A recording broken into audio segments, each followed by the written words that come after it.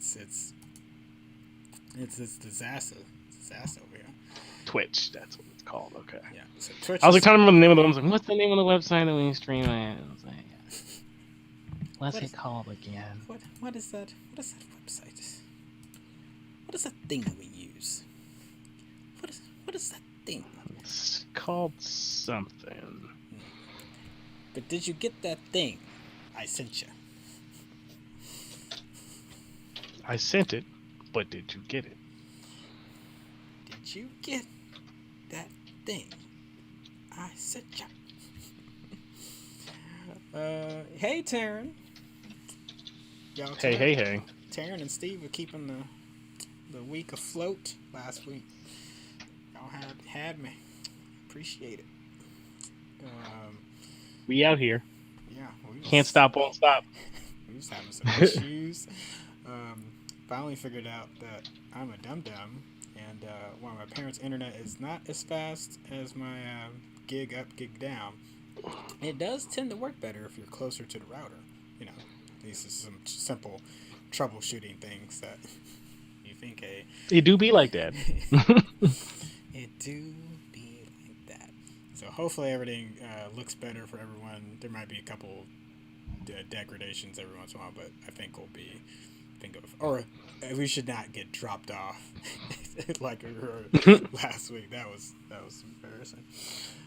Honestly, your video looks better on stream than it does through the video chat. Oh, but I see it in it now. I look like garbage. All right, well, that's fine. It's all good. You see what I mean? Like my setup at home would make sure that you and Jerry were looking like popping extra crisp. Well, it's cool. Nobody can see how much of a troll I look like right now. I'll blame it on the low resolution. Let's see. All right, you doing all right? You ready? All right. All right, I'm gonna race you. Ready? All right, okay. News that going on this week. Go. we both just talk at the same time. Will Smith and Antoine Fuqua have pulled their upcoming projects Will from Smith, Atlanta. Antoine. Yeah, because that'll work out right. They'll be like, we couldn't understand what they were saying that entire show. What we'll do is we'll do 2 separate streams, and then we'll do speed run 100% no glitch. Glitchless run of the April 12th, 2021 news. So many productions, or in different leagues and stuff. MLB has moved the All-Star Game from Atlanta. So other productions have followed suit. Coca-Cola's been removed. They didn't even say they were going to stop doing particular things. They just came up with a very strong statement going against the new bill that was passed to quote unquote protect voter rights, which is usually not what that actually means. And we'll definitely going to be talking about that more on Thursday, but glad to hear other actors that are stepping up and saying they're not going to shoot or film in Atlanta until this is resolved. So Anton Fuqua has recently done films with Will Smith doing, what was it? He was with, I was going to say Splice, but that is not it. It was the one he did with the wizard, or like the magical creatures exist, but like modern time. Bright, that was it. Oh yeah, Bright. Yeah. The one that's on Netflix. Yeah. It was kind of a fun movie. It could have been. It was okay. That movie. That movie's greatest redeeming quality was the simple fact that Will Smith was in it. Mm-hmm. Like if it had anybody else, like I wouldn't have cared at all. But the fact that Will Smith was in it, like, made the movie like at least watchable. Yeah, he's like putting that movie on his shoulders. Like, I'm gonna carry you to some sort of mediocrity. Yeah, like to touch on it a little bit, the problem with it was like they were just like, oh, like we'll just have orcs be an allegory for like Black/Hispanic people, but like Black and Hispanic people also exist. So, like, do orcs not really have like their own culture? They're like orc culture is just Black/Hispanic culture, but with orcs.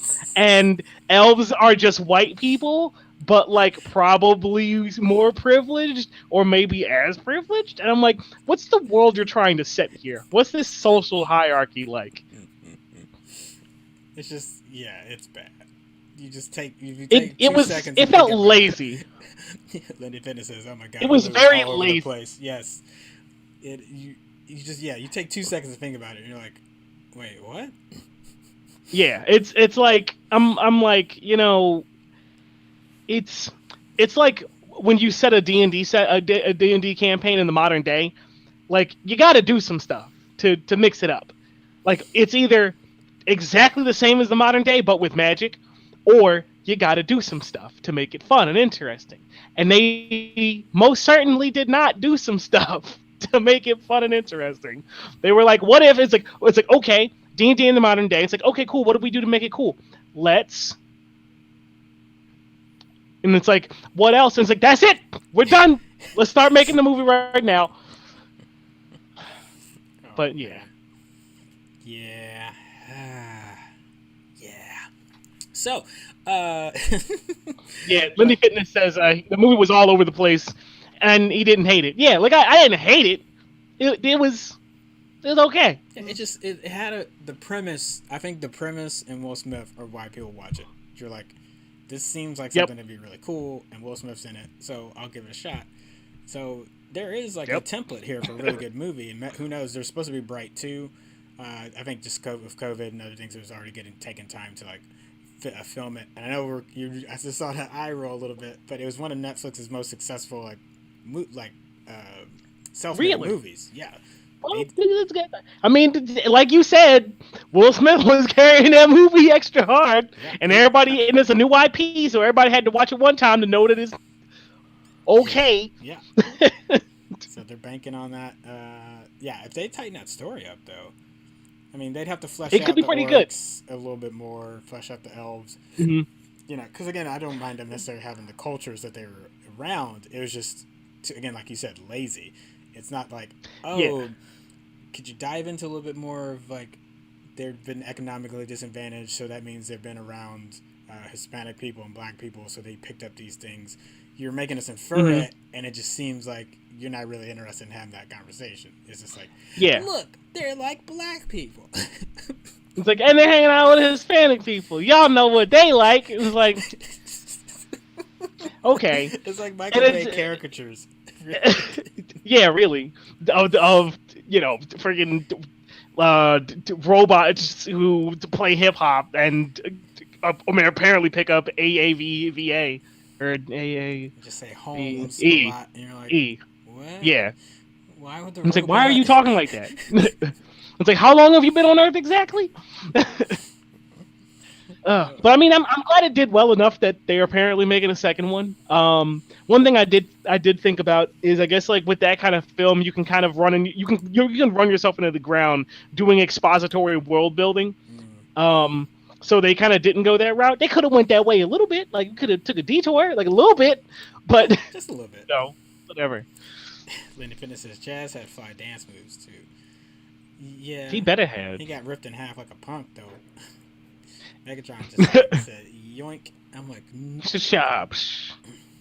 no. Oh wow! Did not expect to get into a Transformers and a Bright conversation to start it off, but hey, Yeah. I ain't mad. So update 34. What's going on here?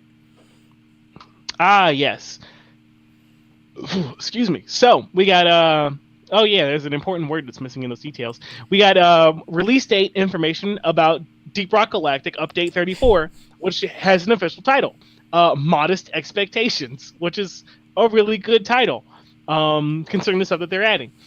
So what's coming down in this one is we have some big stuff like official modding support, which is going to be great. There already are mods. Some of them are pretty good. But we're going to have official modding support.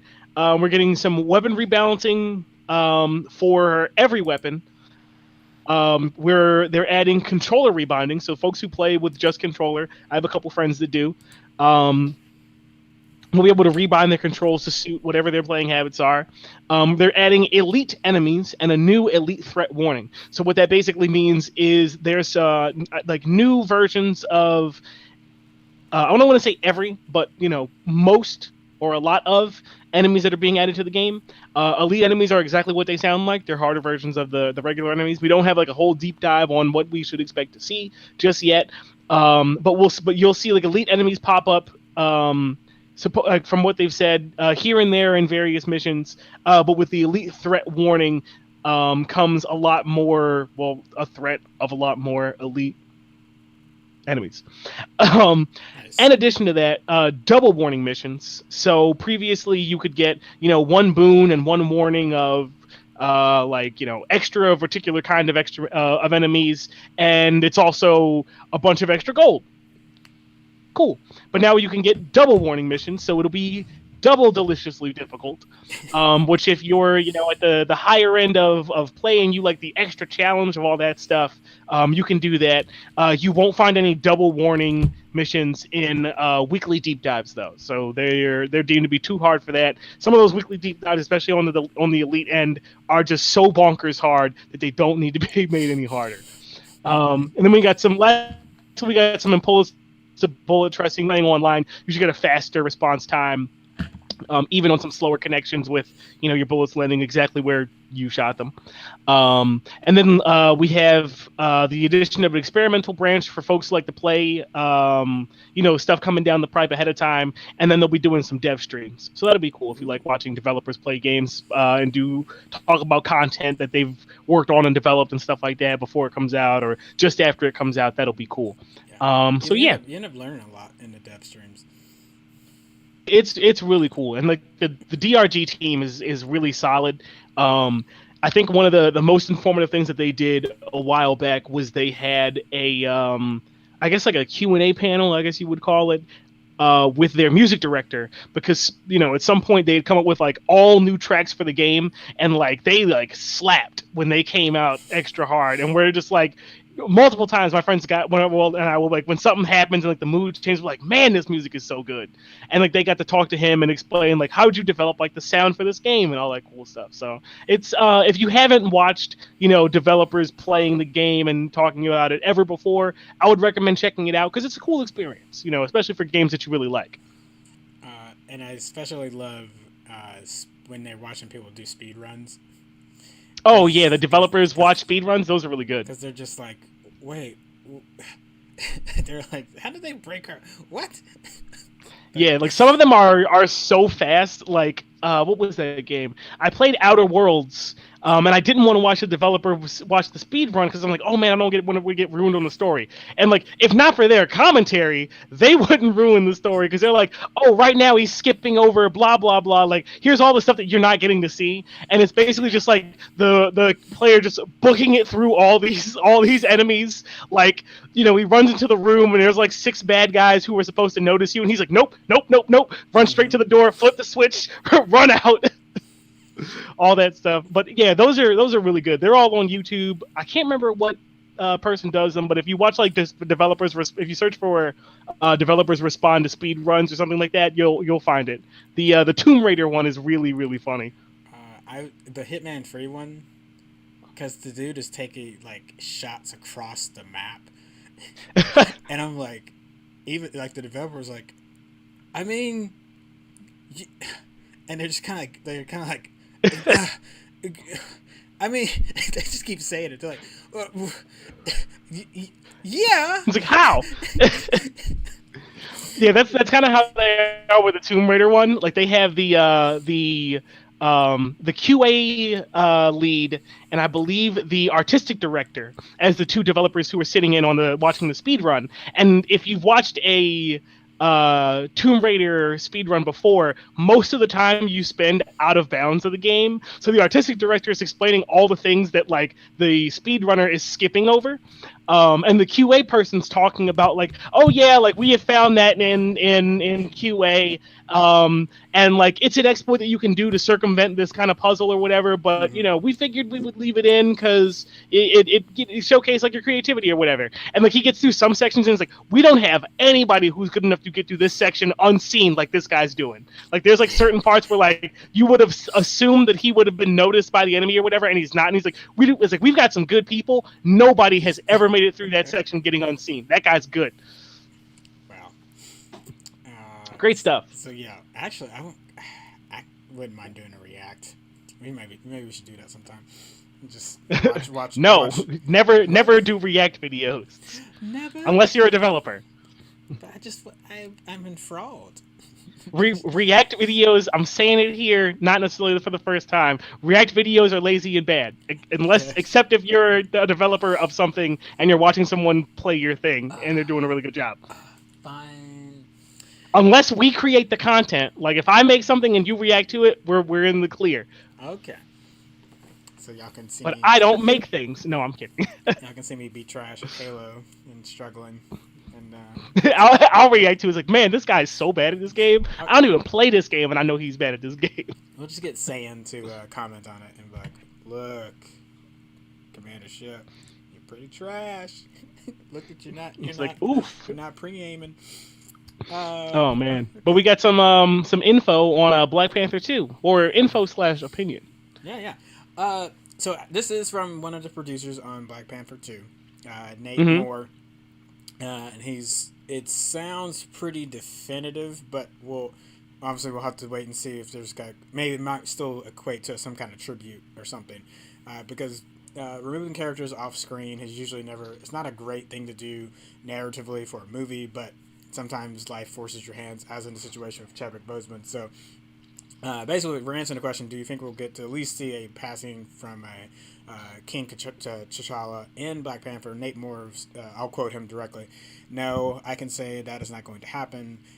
I would be honest if it was. Chad's passing is a whole life thing, and I love the guy as much as the character. I think we have to be very careful and thoughtful about when he appears, because he meant so much to a lot of people, as much as he meant to us. But yeah, we wouldn't use that as a come next week. Maybe you'll see Panther. We wouldn't, and he's not. That makes sense. It does make me sad, because I also think I would have been okay with a little bit of a I guess like a Princess Leia thing going on there, but I could also see narratively they might need to just do something definitive that helps shift the second movie on. It helps the franchise continue to stay alive and move forward. And it's like if you drop something like with him early on in the movie, that could end up really throwing it off. So I can understand it. I'm still sad. I could say the only way I could see them doing like a really like heart punching cameo would be for what's it called? I'm blanking on the character's name. What's his sister's name in universe? Shuri. Would be for Shuri to use the Soul Stone to see him in the same way that I think, did he use the Soul Stone in Black Panther to see his father? No, but it was the fruit thing. Yeah, the heart-shaped herb. Let them go. Yeah, the heart-shaped herb. What is it? Ancestral plane. There it is. Yeah. To go to the ancestral plane to see your brother, and it's like, she's like letting him go or something, or he's like, peace, you're not going to see me again, or something to that effect. But like, you got this. You can basically fuse, Black Panther technology and, Iron Man technology and slap it together and make something super awesome, which is what I hope they do. But that would be like the only kind of like tasteful kind of cameo that I would expect would be like his farewell in the film, which is also, a double standing for, his actual farewell that he didn't get to have.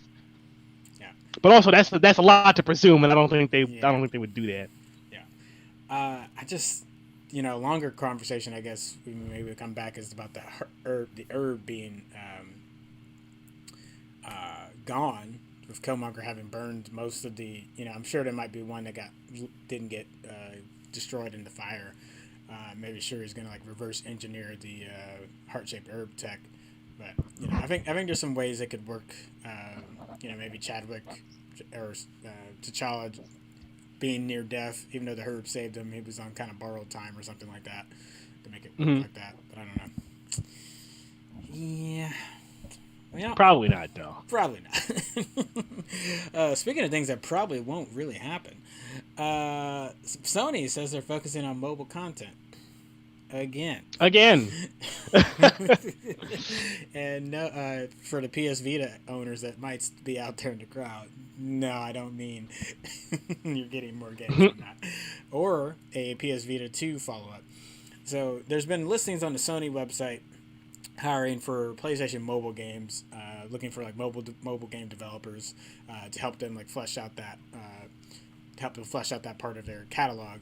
And I mean, from a money standpoint, it definitely makes sense. And there's probably some like no brainer PlayStation games that can easily make that transition. I can think of a bunch of PS2 games that are they're like there's this whole block of puzzle games in my head, but I think like IQ. Ooh, I was actually thinking Lumens, but yeah, IQ. Hey, that's a good one. Yeah, but even you know what? Just as I said that though, I'm like, I guess I got to think about like what are actual Sony IPs, you know, can they work those out? But I wouldn't be surprised. Like that would be a really great way to pull back and go back into some stuff in the catalog, you know, bring some oldies, bring some goodies, put them out. Maybe some Jack and Daxter, you know. Always Jack and Daxter, Always. Specifically 2 and 3, and X. Does that count as 3 references in the same? I feel like that counts as 1 because Okay. it was basically 2 sentences back to back. There we go. Going into some tech stuff, we found, or not really we, but it was found that Google is promoting their products above others, and we are absolutely shocked that a company would advertise their own things to you It's crazy. above other companies. It's stunning. Bonkers. Let's see. So, I'll say couple of quick things. So, the name of the project was Project Bernanke? Bernanke. I was about to say Balake. Balake. You want to go to war, Balake? We can go to war. So apparently it's had to do a lot with like bidding data, and it's specifically with ad tools. So it would show like it was basically like the difference in what they said their tools were the ability to do, and made it look as if other ad tools were not even comparable, or if you were looking for other people that could help develop your Google ads, Google's stuff would always show up first as opposed to other competing agencies. And that's specifically what was filed in an antitrust lawsuit against Google way back in December of last year. And it wasn't even I'm still trying to figure. Let's see. Wall Street Journal reported it, and newswire service MLX was the one that found it in this treasure trove of court documents and pulled that out of like, hey, this is an interesting. This kind of ran under the radar. Definitely was not disclosed to outside advertisers, and apparently proved very lucrative for Google, generating hundreds of millions of dollars for the company. And back in court documents back in 2013, it said it would bring in 230 million revenue just for that 1 year back in 2013. Yeah. So real quick, so the reason why that's not cool. So like, let's say if you have let's pretend like you're a Microsoft like company, and you have like Microsoft Word, and you have like a music application, and you have a faxing application. I'm really bad at like coming up with profitable ideas. But let's say you have like this whole suite of tools, and like, you know, within one tool you advertise the other tool. Like, oh man, if you like Word, you should use our music developing application. It's extra fresh. Totally dope. You can put Word docs into your music thing and then auto tune it automatically. It'll be great. And it's like, okay, maybe that might be a good idea. Nobody take that. Nobody take that. And that's cool. You can totally advertise like that. But where it comes into being a problem is when Kenneth comes to me and he says, hey, I got this cool music making application, and I'd like to be able to advertise on that little sidebar that you have there where you advertise like your music thing and then like your other stuff and whatever stuff. And then, you know, like Lindy Fitness comes and offers me money to put his cool music application and his cool faxing application on the onto my sidebar, and I'm taking money from other people for always smush their stuff down to the bottom and put my stuff on top. and that's where it's not cool. Because then that becomes a trust problem where you're taking money from people to provide a service, but you're always giving them less than the best service because you're giving yourself the best service. Yeah. So, And like, it sounds like, like, oh, well, that's not that bad because it's their website. Like, why wouldn't you expect to do that? And the thing is, you can't do that because if you're paying top dollar to be at the top of the Google page review, and Google always smushes you down 4 results past the first 4 things that they want to sell, yeah, you're not really getting your money's worth.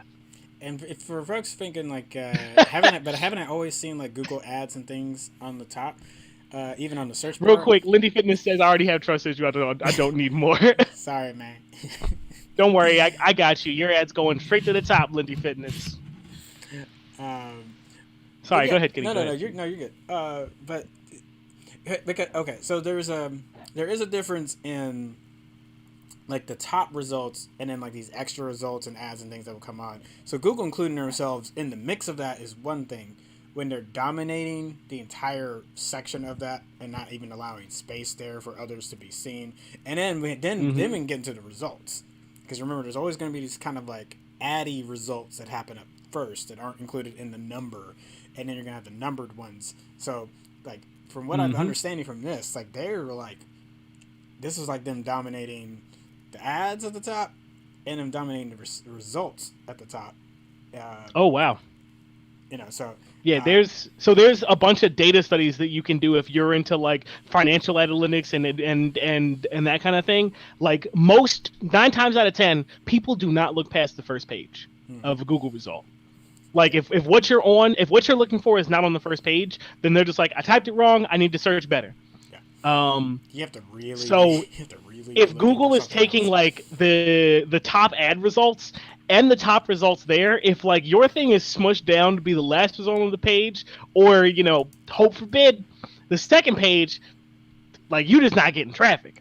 Like there is a like, and I'm talking major statistical drop off from like the folks who click on page 1 to the folks who click on page 2. It's like boom, like your revenue is plummeting. Yeah. So we'll keep an eye on that. I'm glad we're getting a few more tech nods in the news. So Taryn, thank you for that research and putting that on, and we'll definitely dive into this a little bit more. There's also some more attached documents that we just in the rush for the show, we just couldn't read all of it, but we'll definitely get into that more, and also just see like what else is going to come from this as well, that this is getting out there.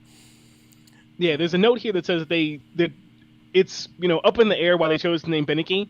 The best guess is apparently Ben Benneke, or if I hope I'm saying that right, who was the chair of the Federal Reserve from 06 to 014 or to 14, which is probably the best known Benneke. But my mind goes to, what's that show? The one with the drug dealer teacher or whatever. Oh, Breaking Bad. Breaking Bad, the dad from Malcolm in the Middle. My mind goes to that show, where the Mr. Benneke in that show was a dude who committed insurance fraud who was getting busted by the IRS. Probably not what they were going for, but maybe somebody. Hope it's not. One, I guess the better thing would be just that this hacker forum was lying, but hacker forums don't tend to need to make stuff up like this. So if they're saying user data has been stolen from Clubhouse users, they're probably like it's coming from Cyber News. They're probably telling the truth. Another data leak. Another data leak. So the personal data of 1.3 million Clubhouse users apparently been posted online on a popular hacker forum, and this is coming from a Saturday report from Cyber News. Scrap data includes names, social media profile names, and other details. Not sure if that includes like emails or anything. You don't really put in like personal info like socials and things on that, but and there's not really like pay information. But again, that still can build a profile and build information on it. Clubhouse did not immediately respond to insider request for comment that was made on Saturday. And again, they said this obviously is not necessarily about personal data you could immediately use, but more of like phishing attacks that can come and maybe potentially lead to identity theft. So on Sunday, Clubhouse pushed back on the report, saying we have not been breached or hacked. The data referred to is all public profile information from our app, which anyone can access via the app or our API. Um, Clubhouse, you do see how that doesn't make it better. I mean, so part of that is basically what's happened is they just had their data scraped, which is all the publicly accessible information, which might be a lot. They probably won't say that, which might be a lot. Um, if it's if it's publicly available through their API, then basically like people or someone or programs, etc., are going through and like just blasting their system with queries to get as much data for every profile that they can. And like you already said, you can use that data for like phishing attacks, but also so a fun thing that I decided to do was I asked a friend, because I read a thing online that people have been posting about like, oh yo, check out my my what's it called, my COVID vaccination card. It's like I play it in attack mode. And they're posting the picture of it online for everybody to see, and I'm like, that's cool because people know that you got your John. However, there's a bunch or a little bit of information that's on there, like your actual birthday and like your full name, and then like what kind of thing that you got, which makes it easier for folks to see what actual cards look like, so they can spoof them. And I was like, I wonder if it's possible to steal someone's identity with starting just from the information that's available on Facebook. So I got a friend to consent to it. So I'm trying to steal his identity or at least show him how much of his own personal information I can find with just the information, or starting from the information on his Facebook. And one such strategy that white hat hackers use, which basically means that you hack for the forces of good rather than for evil, is well, I guess it's not really a strategy that they use because they're using it for more security purposes. But one thing that black hat hackers will do, which is using your powers of hacking for evil rather than for good, is cross-referencing your publicly available data, which is considered non-sensitive by some companies, with non-publicly referential data, which is considered sensitive by some other companies, which then you can use to get information that they don't consider sensitive, but this other company does. So then if, like, for example, if knowing your full birth date was something that this company considered non-sensitive, but this company did, you could say, oh, hey, my name is Kenneth Shipp, and XYZ is my full birth date, and I'm trying to get into my email account, but, like, I can't. Can you tell me which email is registered to my account? And they're like, oh, well, you have your full birthday, so obviously you must be you. And then they tell me the email account, and I'm like, cool. And then I go try a whole bunch of emails against Kenneth's other thing over here to try and get into his email account. And then whatever information he has over there, I take all of that, and I start trying credit card numbers. So, like, what does it mean for this data to be scraped? It means that they have a leg up on you. Like, if you do your due diligence and you're trying to not propagate a bunch of information about yourself on social media, but this thing is out there, then it gives people like a head start, and it's a head start in a culture where we've already had numerous data breaches over the past 7 to 8 years. So the best thing you can do is don't use the same email forever. looking at those people back in the days of AOL and Instant Messenger, if you still had the same email. If you still got an AOL or Bellsoft.net, he used that. Jeeves never had I don't think they ever had an email service until you bought it. Like what you can do is you change that stuff out on the reggy-deggy in the same way that like you get a new ATM card every couple of years. Change up your email, like switch it up. You don't need to. It doesn't need to be the same, or just update all your passwords. It's probably just as good. Two-factor's good. Get some authenticator. Yeah, two-factor is better. I lean more towards changing your email every now and again for that simple reason of that cross-referential data verification problem, because what one company considers secure, another company does not.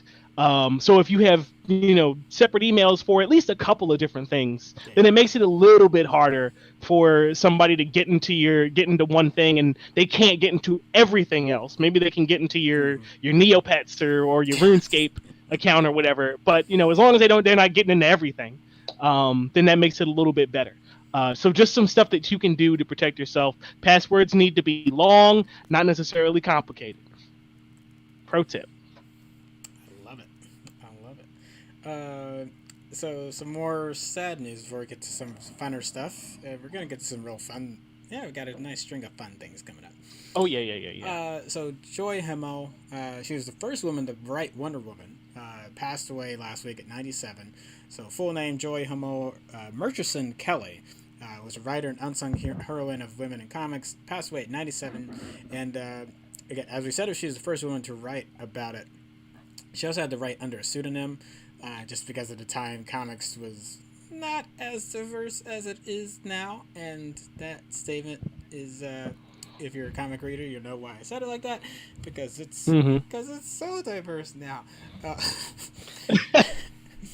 It is better, but yeah, we got stuff to work on. Anyway, but she ended up scripting many of the classic stories, particularly in the golden age of Wonder Woman, so like 44 to 47. And the first one she did was the 45 issue of Wonder Woman number 12, The Winged Maidens of Venus. I have not read that one. I've been more of a modern Wonder Woman reader, but yeah, pretty nice. And her pseudonym was Charles Moulton. If you've get into Wonder Woman. No, sorry, I just saw the password. That's true. But you might have heard the name Charles Moulton a couple times before.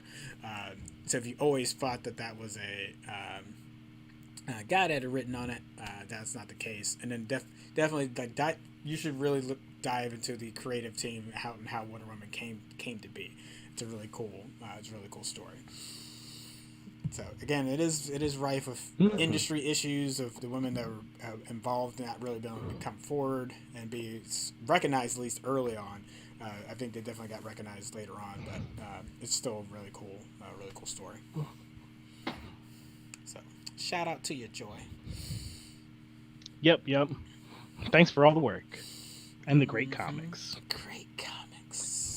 But speaking of other great things, the Avatar cabbage meme has become its own tabletop game. The long-suffering merchant from Avatar: The Last Airbender, steals a show in this game about growing a trading enterprise built on cabbages.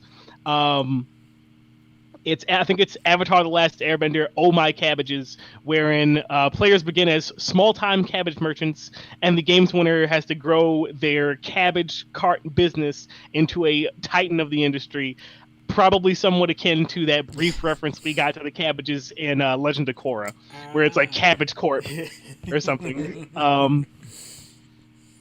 So it's not the only one that's popping and locking this year. The creator Stardew Valley, Concerned Ape, also known as Eric Barone, also released a board game, which features a bunch of features of the game, like growing crops and changing seasons and getting friends and going to the mine and all the cool stuff that we love and associate with Stardew Valley that honestly Harvest Moon should have implemented like 15 years ago, but they just don't innovate. But yeah, we got two great board games coming out. We're the farming IP. No one else could touch us. Like, well. Yeah. They released the same game like straight up 4 times with minor improvements. Man, remember when EA did that? Yeah, but they haven't done that in such a long time. I'm looking at them for all their sports games are the same. Every single one. Wait, what are you talking about? They don't do that anymore. That's old. That's old EA. New EA, as of 2022, not gonna be anything like the old ones. Not at all. We're not there yet. Goodness, 2022. So yeah, definitely. If you liked Stardew Valley, and also apparently they also have a second reprint soon for that because it sold out so quickly when that came out. But if you like that, you most likely like the cabbage game. And I might pick that up. Maybe I'm still sitting on a mountain of board games that I haven't been able to play that I bought at PAX Unplugged in Philly in the before times, and I've only been able to play maybe 2 or 3 of them. One of them is my favorite game that I've ever played, called All Hands Brace for Impact, which I won't talk about because I'll go on a whole tangent. But I gotta work through the pile I got right now. I'm at least playing them once. Well, that's the beauty for me with my video games is that I can be very picky about my board games because I just don't have the space to have a ton of them. Yep. I have to be Yep. like, this is my stack. It's like this is it. If I got a whole 2 shelves full of games and a backpack to move them. Galecki, one of our resident board game writers, said Stardew Valley to speed run the board game. 80% glitchless speed run. So if you're on CW and you like the show Kung Fu, this is a classic. Classic. Well, it was an old David Carradine show back in the '60s, which was cool that you got to see different martial artists come on the show, but it was still weird that it wasn't. There was the white dude being one of the main characters for a show called Kung Fu.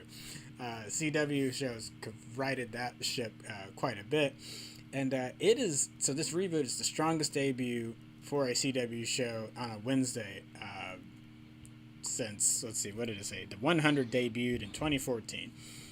And apparently it's also delivered one of the largest audiences in the last 2.5 years since Riverdale came out in October 2018. Nice. So just doing really great numbers for the network. And be curious to see. I didn't get to watch it. The only CW show I've been following so far has been Superman and Lois, which I'm a week behind on.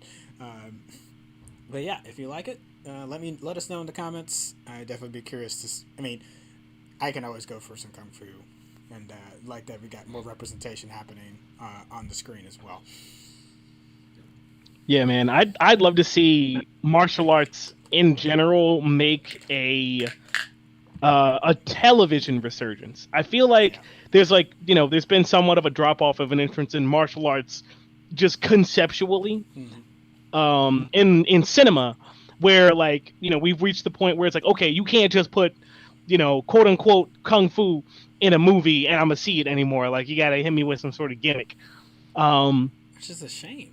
Or some sort of substance, I should say. But it would be good to see real martial arts or real martial artists showcased in TV again. Even not necessarily to the same degree that they were before, but just in general, that would be great. I say that biased as a martial arts practitioner. See, I thought you'd be down for it, and that's great. No, you can be biased. I like it. It's good. I am biased. You are biased. You are. I have learned nothing from all those workplace trainings. No, I'm kidding. So, do you know Phoebe Waller-Bridge? No, I do not. So, have you watched the show Fleabag? No. All right. I have not. Have you watched Solo: A Star Wars Story? Yes. Do you remember the droid? I cannot remember the name. Yes. That was Phoebe Waller-Bridge voicing the droid. Doesn't she? Oh wait, no, I'm thinking of another character. Never mind. Yeah. But she's gonna be the female co-star opposite Harrison Ford in Indiana Jones 5, and oh, cool. This is not a. I feel like people were like, why did he set it up this way? Because I love Phoebe Waller-Bridge. This is not saying she can't fit into an indie movie at all. That's not what I'm saying. I just don't want a fifth indie movie. I'm good.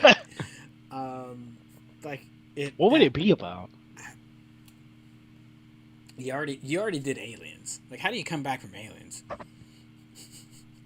Mole men. Ah. Go above the earth. Got to go under. Mole men, or lizard men. Also, I was about to say Illuminati. You could do Illuminati. People. Oh gosh, what if you do... Lindsay Fitness says you do gentrification. Like Indiana Jones is trying to restore buildings to their rightful.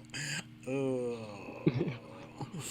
It's like, Indy, the people, the New Yorkers keep moving in and buying up overpriced property. No one's gonna be able to live here. It's like, don't worry, I got this. And Indiana Jones comes out of the nursing home with a whip on his hip, with one of those motorized scooters, and whips the keys out of the person's hand or something. Yeah, if he just starts like bullwhipping developers, that would be insane. Oh goodness! Indiana Jones tries to restore Oakland, and Galecki has said the Shadow Realm. The Shadow Realm. The Shadow Realm would be good.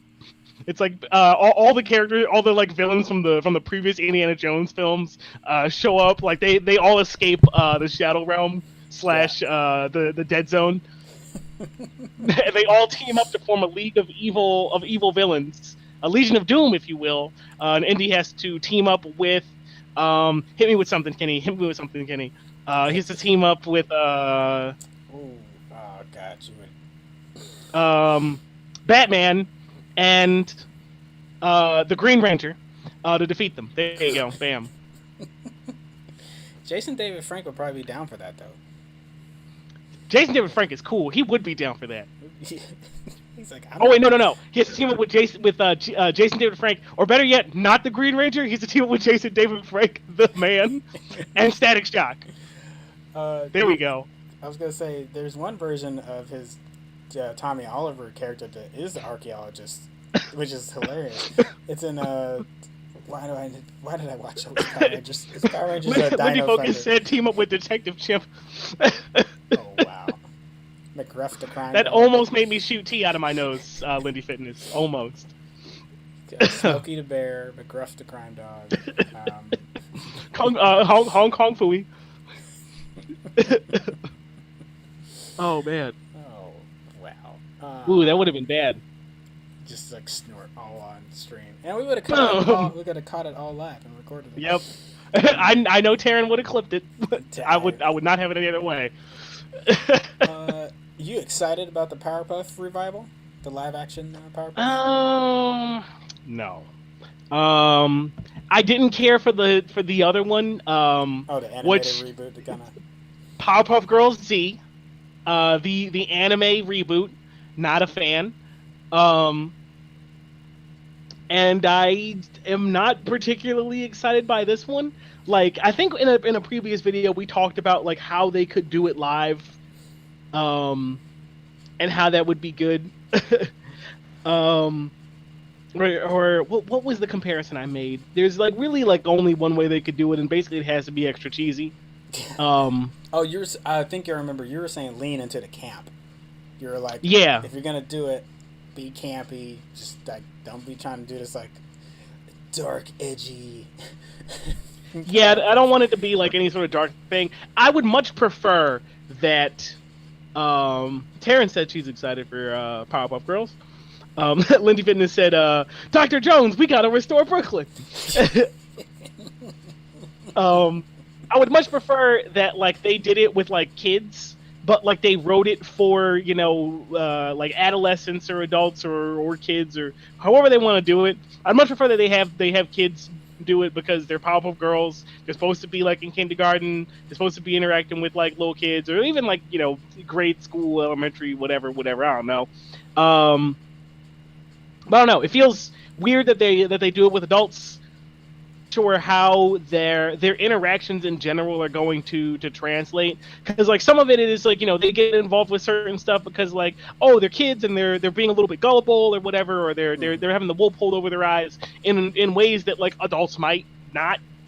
So I'm curious to see how they'll go with it. The thing that'll probably sell me is the designs of her other characters. But do you know the premise change? So this is I do not. So. Because when we originally reported, I kept thinking it was going to be when they're, actual revival, just live action, but it's going to be around the same time period. It is they're going to be older. It doesn't sound sound gritty, but it sounds like they're in their 20s. They're like done high school, grew for that. It sounds a little Umbrella Academy-ish, but maybe not that dark, but just more a little disillusioned. Just more of like I'm done. I've done the superhero thing. I want to actually be able to live my life. It seems like that's kind of more of where they're going with it. So, do they not remember what happened to the world / Townsville when they went into the future that time and they wasn't there? Because they must have forgot. They made a whole movie in it, and I think Beyonce did one of the couple of the soundtracks. Now that's the Soundtrack now, was now dope. that's the question. It's like, how much of the show is gonna be canon? Is the movie Yeah, for gonna be real. canon? Are they gonna reference all of those? Ooh, that's a good question. It could be good. It has the capacity to be good. I don't know which direction they're gonna go with it. So, and I don't generally get like super excited for stuff until like the moment it's gonna happen. Like I don't like look at my calendar waiting for something to happen. It's more of like Yeah. I wake up, I'm like, oh snaps, is it April 22nd? It's like, oh cool, DRG updates out there. Nice. Well, there is one. Um, There is one kind of thing on your calendar. I hope for tomorrow. We'll get to that. We'll get to that in a moment. oh, Uh, see now you got me thinking about it. I'm like, ah. but I will say real quick. So they casted Robin Lively. Apologies, folks, if we don't have a picture for you. Also, just apologies if you don't have other photos. But we're going to play Sarah Bell, which was the mayor's assistant in the show. No word yet if her face is going to be cut off or like have hair covering the entire show. I would assume the actress probably doesn't want that to happen, but you know what? If they're going to show her face, at least give me like the old spy movie Parted. You know, like one side is just covering entire like one half of the face, and at least make the nod and be like, okay, we can see one eye, but the other half of your face is covered up by your red hair. Cool. And then, But they, like like you said, the actress probably doesn't want them to do that forever. yeah. Or maybe it's just a gag for like one episode, where it's just like maybe her first appearance is like her hair has gotten her hair's all over her face or something. She like flips it out like, hello girls. And then Tom Kenny, who voiced the mayor in the original series, is going to be keeping his narrator. So he also did the narration, like the city of Townsville. Like that's Tom Kenny, your SpongeBob voice actor. He is coming back to narrate the show, and I said that as well. I was like, I need that. I need that narration brought back. It just, it'd be so absurd. Like I don't know what the style of this show is going to be yet. But I just that would warm my little heart. Even if they only do it one time, like they start the show and he's like the city of Townsville, and he's like it's him standing in the mayor's office, like looking out the window at the city, and like someone's like, "What are you doing?" He's like, "Huh? Nothing. Don't mind me." And like and the show just starts like normal. Like that'd be a nice little nod. Let me finish this. What about the town of Citiesville? Well, now that's just ridiculous. Nonsense. You can have a town that's a ville, but you can have a city that's a town. That'd be bonkers. Exactly. But yeah, go ahead. Coming up next, we got everybody's favorite topic: loot box information. Bam, bam, bam, bam. This would be the part where I pull a string and like balloons fall and confetti or whatever. But I got a budget. So yeah. If you missed a whole bunch of stuff somehow, the world is slowly catching on that loot boxes are essentially gambling, which they are, unregulated and existing in like most games, which children have access to, and they are not really warned at all of the dangers of such, or of the psychological comparisons, or rather psychological similarities to gambling, like casino gambling, that it actually has. So Brazil joins the fray of countries that are beginning discussions about how loot boxes are related to gambling and how they need to be regulated as such. The Brazilian authorities have launched an inquiry at the recommendation of the National Association of Child and Adolescent Defense Centers, which essentially that means is that the powers that be, because of the inquiry, now have to do a serious deep dive into the information and data available to see if they determine that loot boxes and gaming should be considered gambling for the purposes of regulation.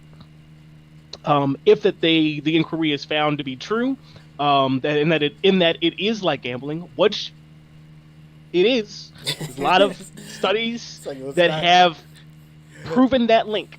Like, we're not equivocating anything. It is gambling, folks. So just it is.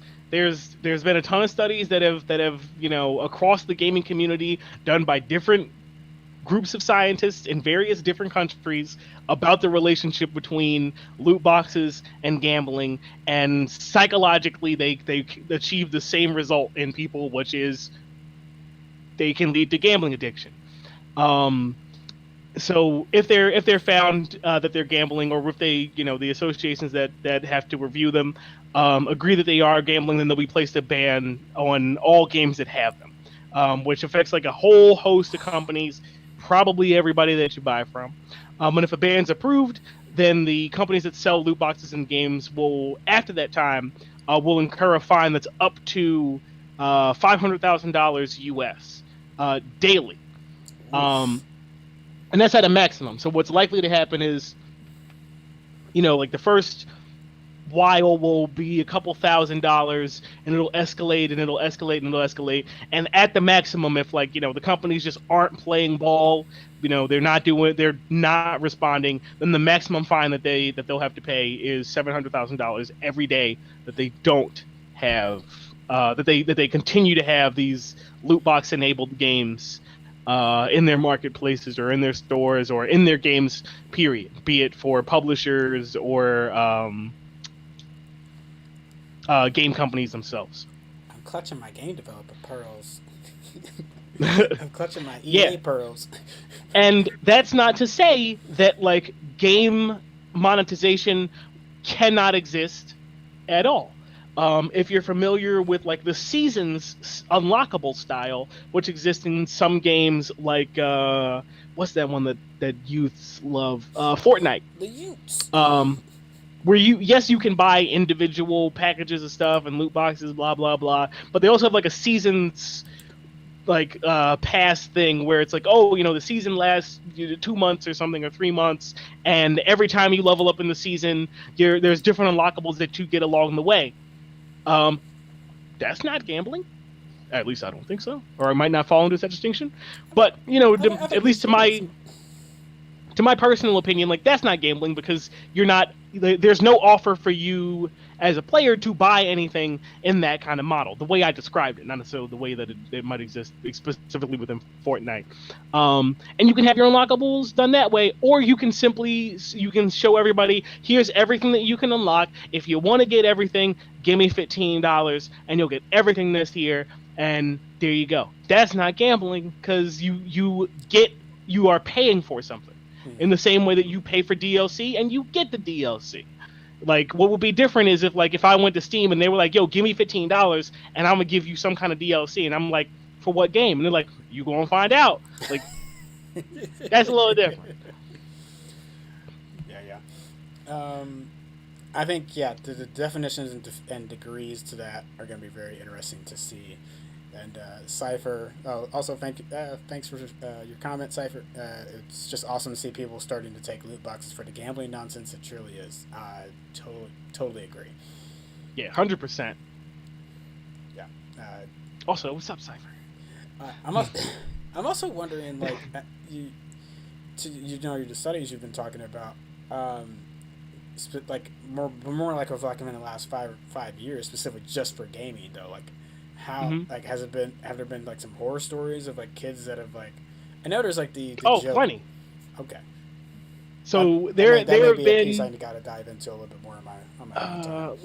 Let me see. I'm trying to think anecdote on the top of my head.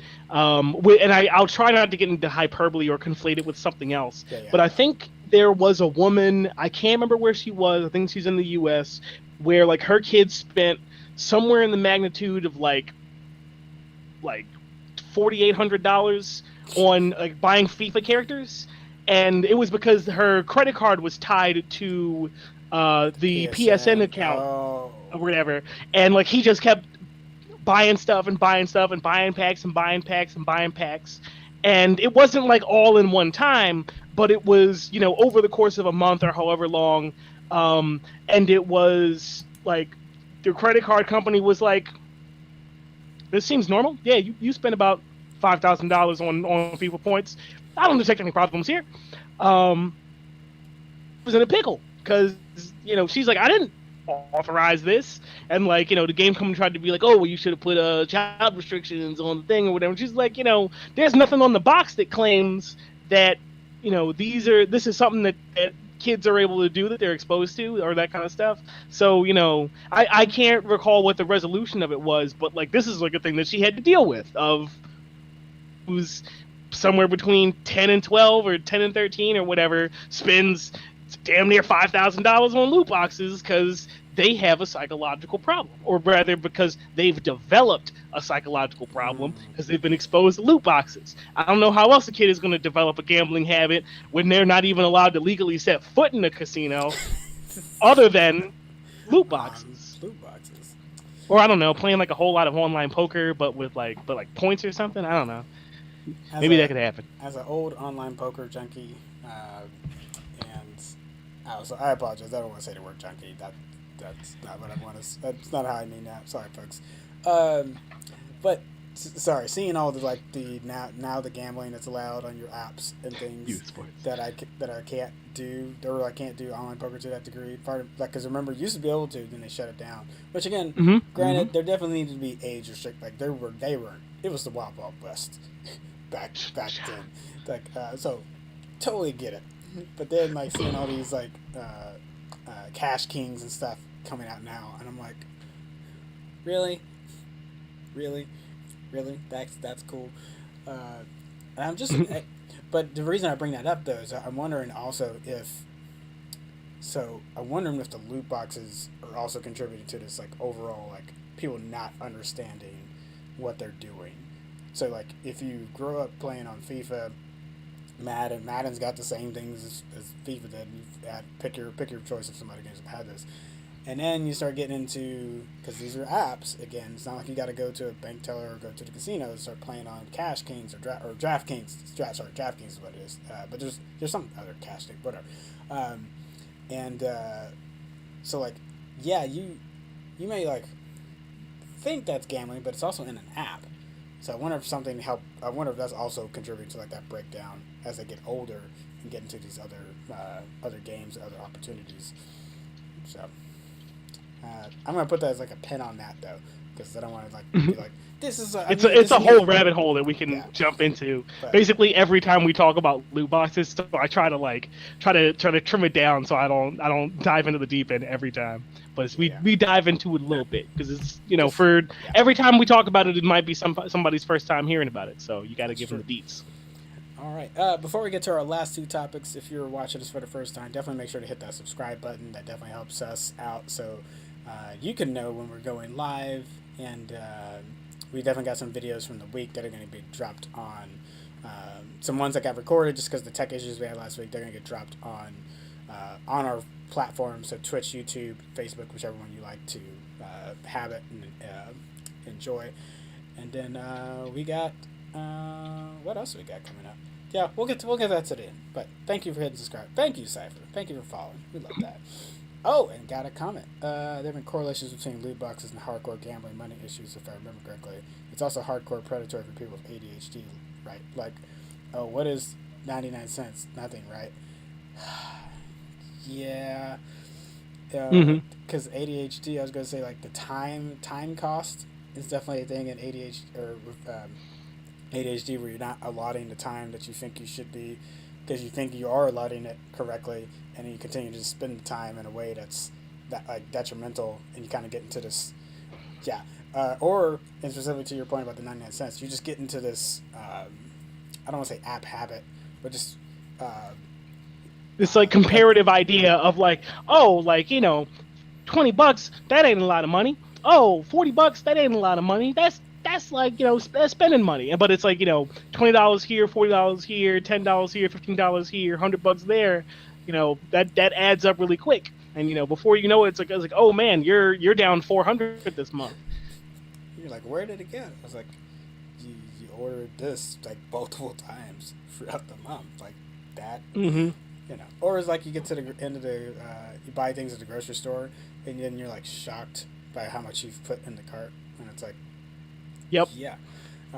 So every time I go shopping hungry, it's like, oh man, it's like it's like, how much are those bananas? It's like, nah, we need to put them back. I'm getting plantains this week. Plantains. All right. So I like to quote Kid Kenneth because. Oh yeah. It's just the past couple weeks have just been the last week aside, just because how crazy work was.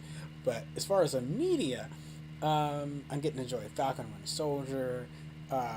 King Godzilla vs King Kong came out, and that's y'all. I'm such a huge Godzilla fan, so like that was a lot of fun. And you know, when Pacific, so let's rewind back to Pacific Rim. When Pacific Rim came out, I thought, that's it, that's the mech movie I'm gonna get, and I was okay with that. I know we got this sequel, and it was, yeah, but Pacific Rim was, I like needed to be decent, and ended up being really good, really enjoyable. Like mechs hitting kaiju's in the face and like swords and stuff. So if I hadn't got another movie, I was like, okay, I got mine. And Netflix announced today that Jordan Voight, I screwed his name up. Jordan Voight Roberts is going to be making a Gundam movie. I would flip the table in joy, but that would ruin the stream. So we're not Did you go pop pop? Yep. Oh man, nice community reference as well. Yeah, I like it. So if you don't know Jordan Voight Roberts, he recently did Kong Skull Island. Also, kind of got a little lambasted for that, but I like Skull Island. Like, it isn't like it's like there's problems, but it's mostly the human. It's always the human stories in the kaiju movies. You're just like, I don't, just give me the kaiju doing the things. Kong is fine in that movie. So if someone comes in and writes really well for this, which Brian K. Vaughan of Runaways fame, Marvel's Runaways, if you all like that, which I think is a really solid show. Sorry, I was thinking about some other show, but yes, it is Marvel's Runaways. Sorry, I was thinking about the other. There's another Damon Lindelof show that's a little bit different. He'll be writing on it. Legendary will be the ones behind it, distributing it. Legendary was also behind Pacific Rim with Warner Brothers. So I'm feeling some good connections. We know that studio's done fantastic graphics for Pacific Rim, and make sure. I know Del Toro, Guillermo del Toro had a lot to work with that as well, but you know, there's some kernels here. We got to see who gets cast. We don't even know what Gundam series it might be based off of. I would assume Mobile Suit Gundam. You know, if you're gonna G Gundam. Just don't do Gundam Wing. I know people are gonna be like, that's sacrilege. Have you gone back and rewatched it recently? Well, G Gundam? No, not G Gundam. Gundam Wing. Oh no, I have not. It's been a long time. Yeah. Well, okay. I know it's not to get into a sub versus dub debate because we will be here all day. But the American dub for it, it makes the characters make no sense. You just really want to advocate for people to go read the sub. It at least makes it make more sense. But if you ever were like, oh, Gundam's just a thing to sell toys. Gundam Wing really feels like a bad Transformers TV show. And it's like the best Gundam Wings are like, the best Gundam shows are like really great anime, or maybe like at worst if they're mediocre, it's like Beast Wars. And there's not a knock on Beast Wars. Beast Wars is great. I enjoy it. It's like Beast Wars is great. Also, Lindy Fitness said he did rewatch it recently, Gundam Wing, and it was awful. Like, it was awful and like comically convoluted. It is Cypher agreed. Dude, Gundam Wing, that's a rough watch. It as a kid, I loved it. I was like, yeah. And then. See, as a kid, like, I couldn't get into Gundam Wing because I was like a little too young to really get all the political razzmatazz, and I'm like, look, man, I just want this to be. I see giant robots. I just want this show to turn into Power Rangers in the next 5 minutes, or else I'm losing interest. Because like, there's a whole bunch of political intrigue stuff going on. I'm like, I can't follow this. I need one bad guy every episode who blows up in the end. This is too much. It's too much. But G Gundam, on the other hand, I was ready for G Gundam. That was the best one. As somebody who was a huge fan of Dragon Ball Z, right when G Gundam was coming out, that was the best one. It kind of gets ignored a bit, and it needs some more love. I feel bad for Gundam Unicorn because it's probably my favorite, most recent Gundam, and it took so long for these OVAs to come out that people just forgot. People forgot the Mm-hmm. thing was coming. It's like I was like, dang, Digimon Tri Adventure was long, but people still people still was like, okay, about every couple months. It's like okay, it's like Peep in Unicorn on it. Peep in on it. Unicorn was like 6 months each OVA. And then there was Oof. like a year gap, if I remember correctly. I could be wrong on one of those gaps, but there definitely was this thing Oof. where it's like I just forgot, and then like Hulu dropped it in and was like, "Oh hey, here's the whole complete unicorn." And I was like, "What?" Oh, this is out. Yeah, that's basically how I treat like pretty much everything that's coming out ever. Like, oh yeah, I forgot this is coming out. Oh yeah, I forgot this is coming out. I am pleasantly surprised all the time. Ooh, I love this But guy. speaking of Hold on, could I read how a do I? comment real quick? Was it Cypher's Yes, saying, yes, yes. Cowboy Bebop, man. I just watched that for the first time. Grown ass man crying like a baby. Mm, it's so good. It's so good. Yeah, Slendy Fitness says Hero Yui was the worst. You're Oh not man. wrong. You're not wrong. I don't. And anyway, no one can defend that. But speaking of somehow transitioning from Gundam Wing to Mortal Kombat, Mortal Kombat candidates secretly tracked player information, which is kind of clever in their usage of it. So one of the creators of Mortal Kombat, John Tobias, who was pretty much as integral as Ted Boone, or not Ted Boone, sorry, Ed Boone, with Mortal Kombat, revealed that the original Mortal Kombat arcade machines included a code that tracked the number of times a fighter was picked up by players, and then that data was used to determine which Mortal Kombat characters would be cut for the future entries. So you got to remember, like this is Huh. back in the day where like you have memory limitations for arcade machines, and Okay. you only have like a finite number of characters that you can fit in. So there's a couple of excerpts that I'm going to just read through from his thread. John Tobias is the real Cybot, which, if you're familiar with fan of Mortal Kombat, Noob Cybot is a character. But he speaks about lots of things changed for us between Mortal Kombat 1 and Mortal Kombat 2. One thing that didn't change was memory limitation. And while we had more of it for MK2, they still didn't have quite enough that made them would force us into hard choices.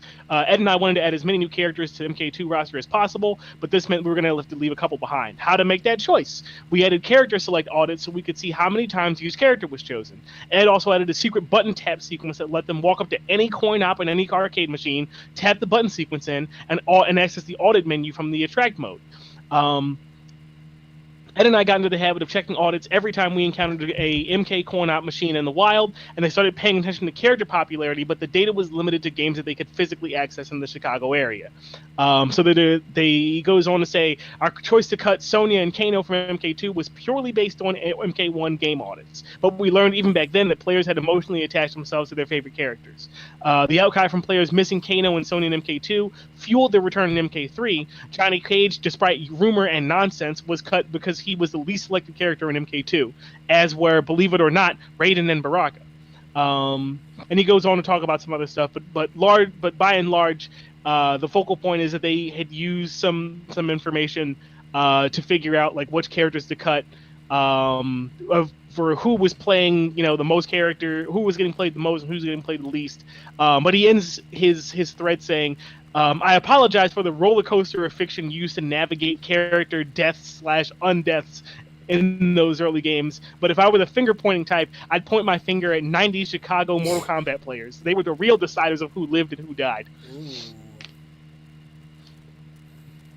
But yeah, so that's how they did the process of figuring out, who gets to stay in the next game and who gets to show up and who gets to be cut, or who gets to be cut. Yeah, who gets cut? There you go. I mean that makes a lot of sense though.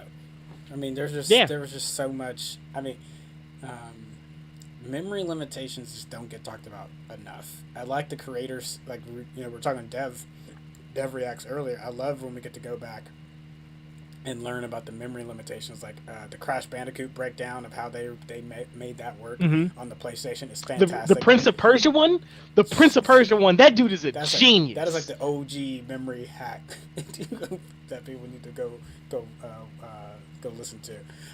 So yeah, hearing Mortal Kombat 1, it's like, okay, that's not surprising, but 2, but the thing that is different is how they were making the decisions, and I was like, that was quite a. That's really clever. Like, that's not something that I feel like that's not something that a lot of people would think about back in the day, back in the 90s.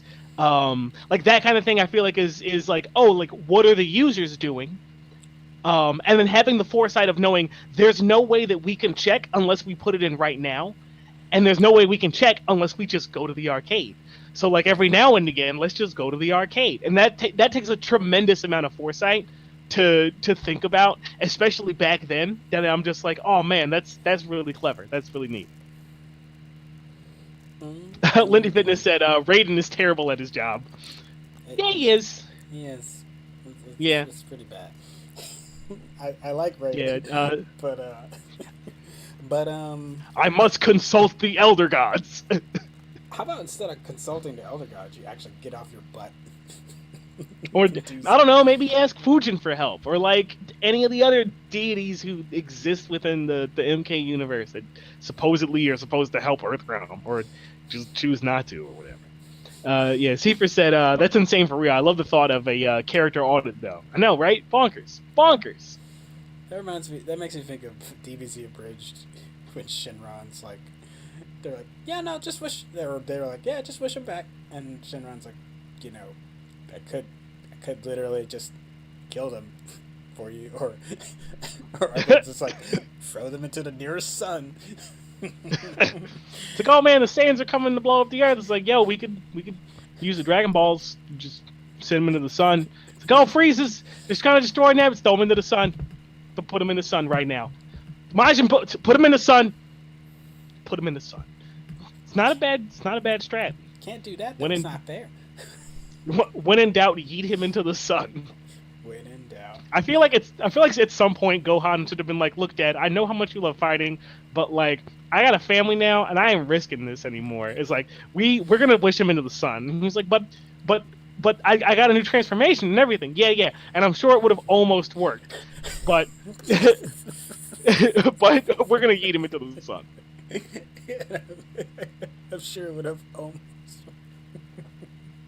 It's like, oh man, if only I was slightly more powerful. Man, Vegeta, we're gonna have to fuse. And it's like, oh, gosh, I love. Gosh, I'm gonna just quote a bridge for a second, but I love when Piccolo and Trunks are realizing what Vegeta's gonna do, because Cell is kind of teasing him about, I'm not perfect yet. It's like, I could be strong. Oh yeah. I could be stronger. And Trunks is like, you're not really about to entertain this. No. Was it Cypher said, and thus Gohan was yacht into the sun, or yeeted into the yacht. That'd be the new one. Yacht. Yep. It's past tense of to yeet. To yeet. Also acceptable is yote. Yote. Yes. Yeah, Liddy Finna says Goku ain't about that when it comes to yeeting people into the sun. Cool. Yeah, he's really not. He's very not cool with that. Well, I mean, Wait, you said Goku's not cool? Goku would eating people into the sun. Well, except for Broly that one time, but yeah. and except Cooler, also except Cooler. I was gonna say, now if the show was just Gohan died and it was just Piccolo and Gohan, then yeah, Piccolo would do it. Piccolo's like, all right, we're doing this my way from now on. Like, let's do the option that keeps us alive, and then Gohan and Krillin, just everyone falls in line after that. It's like, oh, there's a giant meteor heading towards Earth. It's like, should we go blow it up? And it's like, no. And he's like, it's Shenron, giant meteor heading towards Earth. Can you deal with that? Yeah, man, I got you. All right, we good? Yeah, man. I'll see you next week for dinner. Okay. Catch you later. Peace. Oh man, Kenny, we got some plugs We for got the we got some plugs for to shows. end the show. So Falcon and the Winter Soldier. We're always talking about that on Tuesday nights. Falco. This last episode was, wow. It was good. I saw it was, your Facebook discussion so far. It was good. Actually, I need to jump back into it because I think everyone keeps thinking I'm talking about best villains, and I'm like, I'm really only talking about the villains' plans. These or what they're about. It's like this is what has really made me feel. Their motivation. Their motivation. Does their motivation make sense? And that to me is a small group. There can be even villains you enjoy more, or like watching or being in your headspace more, but that's like, yeah, Zemo and Killmonger recently just been like the stuff. Like, yeah. But we're gonna talk. I might talk about that a little bit tomorrow. But yeah, tomorrow 7 p.m. on our Discord. Tara said tomorrow's gonna be full of automatopoeias. I guess so. Pow, bam, pow, bang, and then also that whooping that happened. There's a whooping and then there's a whooping. That was great. Somebody got riggedy wrecked. But yeah, that'll be 7 p.m. Tuesday nights. As always, Tuesday nights, the quorum meets. CST, yes. 8 p.m. EST. I'm bad at that. Terrible at that. And you can find it in the Nerd Union Discord. So if you're not up to like being on video or being voice, just talk along in the chat, or join us on the video.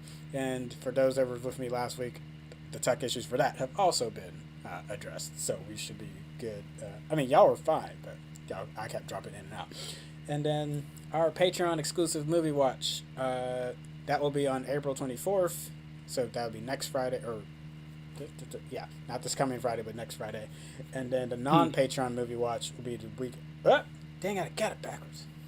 Patreon movie watch. Yeah, Patreon is the April 24th. Non-Patreon is the 30th, week after. It's we still flipped it. Wait, did I still say it backwards? You did. My bad.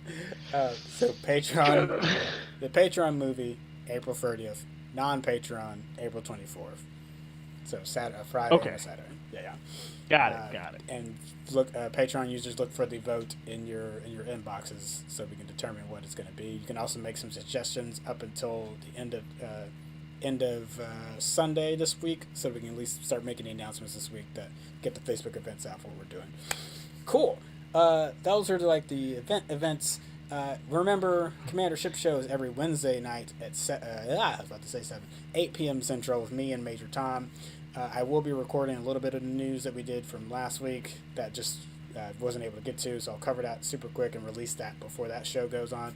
And we will be watching, or have watched, Mortal Kombat, get our thoughts on it, and we'll be talking about that, along with some other Warner Brothers HBO Max news that has been dropping recently that we want to cover. And towards the end of the show, we'll also cover some. I've been kind of holding off on the Joss Whedon timeline, and definitely want to dive into that a bit more. I talked about it on the last Super Blurred a couple weeks ago, but this will be more on the Whedon parts and things that haven't been talked about. All right. Cool. Kenny, I'll give you a fair warning this time. Don't forget about the weekly throwback. Meanwhile, the Super Blurred Variety Hour, which is hosted by he's on this way on the stream, by my boy Kenny over yonder. Top is going to be Hollywood, which we touched on a little bit today with our first topic, but we're going to get more into that. Cool. Sorry, it cut. Dang it! It cut out on you a little bit. Oh wait, am I still there? Am I good? Yeah, you're good. Okay, yeah. I'll just say the whole thing over. That was a Super Blurred Variety Hour. Super Blurred Variety Hour, hosted by my boy Kenny over yonder. This week's topic is going to be Hollywood's reaction to Georgia, which we touched on a little bit with our first topic. Kenny, when is the Super Blurred Variety Hour happening this week? Same time as Commander Ship, 8 p.m. Central. Right on, right on. Cool. And we got a special thanks to our Patreon supporters. We super appreciate your monthly contributions, and they help us do these live shows and help us support our upcoming video series. So we want to give our shout outs to Doug Schumann, Vici, and Shelby Johnson. Thanks a lot. Super appreciate your support and your help. All right, Kenny, hit me with that weekly throwback.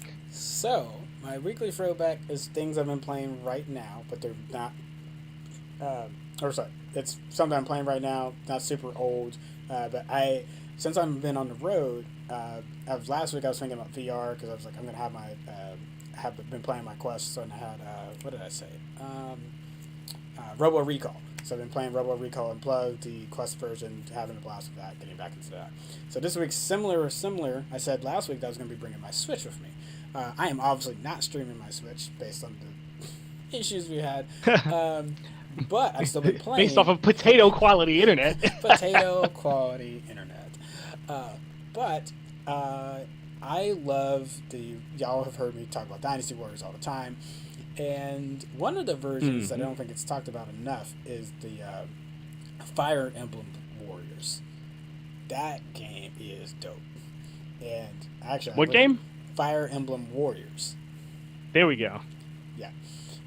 So it's just a super solid. Like if you like Hyrule Warriors, if you like that, Age of Calamity and those changes on it, it's in that same ballpark. But again, it's more of like, hey, if you like the Fire Emblem series, this is more geared towards you, and you get to play with a lot of Fire Emblem characters.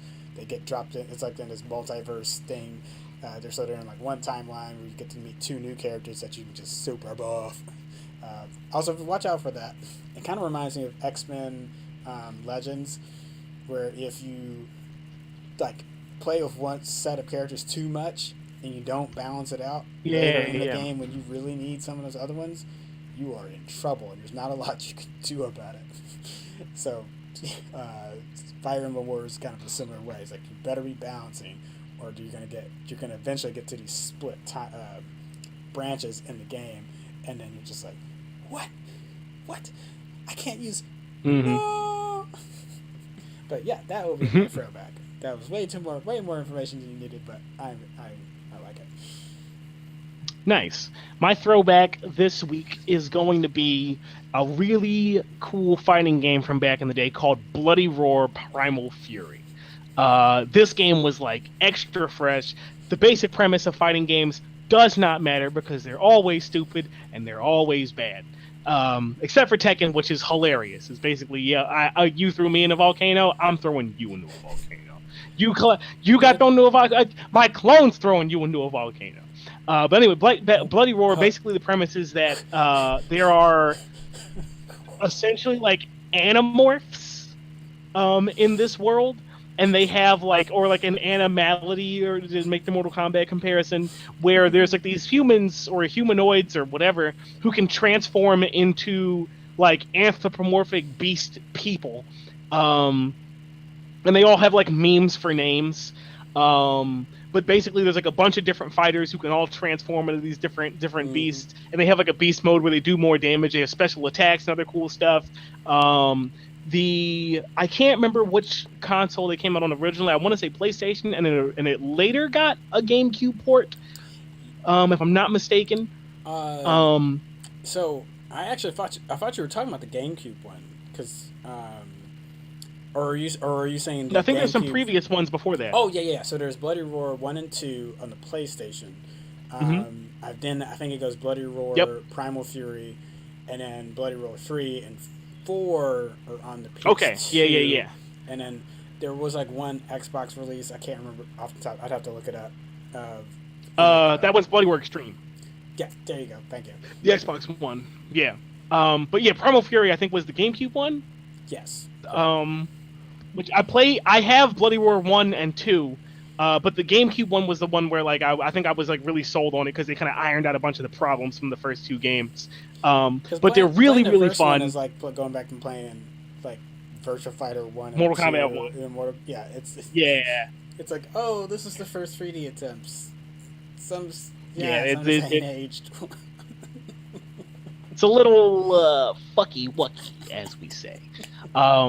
But yeah, it's a really good game. It's a lot of fun. Like if you're I don't know, if you're in the market to go back and play fighting games from back in the day that are really solid. If you like playing stuff like the older Virtual Fighters, or like any really 3D fighters like Tekken or whatever, like definitely try Bloody Roar. It's a lot of fun. As somebody who likes fighting games with gimmicks, I super love the game. So highly recommend it. Yeah, yeah, yeah, yeah. Oh man, that's a fantastic throwback. Hmm. GameCube love. I like it. Oh, let's see. Landy Fitness says my brother's all about Hyrule Warrior. Cypher agrees that his brother is a wonderful human. Totally agree. But he said you don't love it when you're getting your head bashed in by a big. Yeah, so fun. So Lindy Fitness said, "F the rock hopper penguin." I think it was in Bloody Roar Primal Fury that prior to the game's release, they had a fan poll for which animal should be added as a transformation into the game. And from the fan poll, what one was like an emperor penguin. So there's one character who has two transformations. One is a penguin, and the other one's a phoenix. But yeah, that's how that got in there. And the penguin is so cheap Please tell me that. because Oh, you broke up a little bit. it's an odd job prop. He's hit all else that only hit like when he jumps into the air to hit you. Oh man, good memories. Thank you for making me remember that pain, Lindy You Fitness. said it's like an odd job. It is. You never play GoldenEye with anybody who insists on being odd job. That means they're a cheater, they're a scoundrel, and they have no honor. I'm still stuck on the Tekken description you gave because that is the games. That is Yeah. the game. I was like, yeah, it's all Yep. about. It's all about. It's yeet my son into a volcano. Come, somehow I got better. Yeet my dad into a volcano. Somehow I got better. Yeet my son into a volcano. Oh man. Cool. Whew. Hit me with that outro, Kenny. Yeah, folks, thank you for watching State of Nerd Union.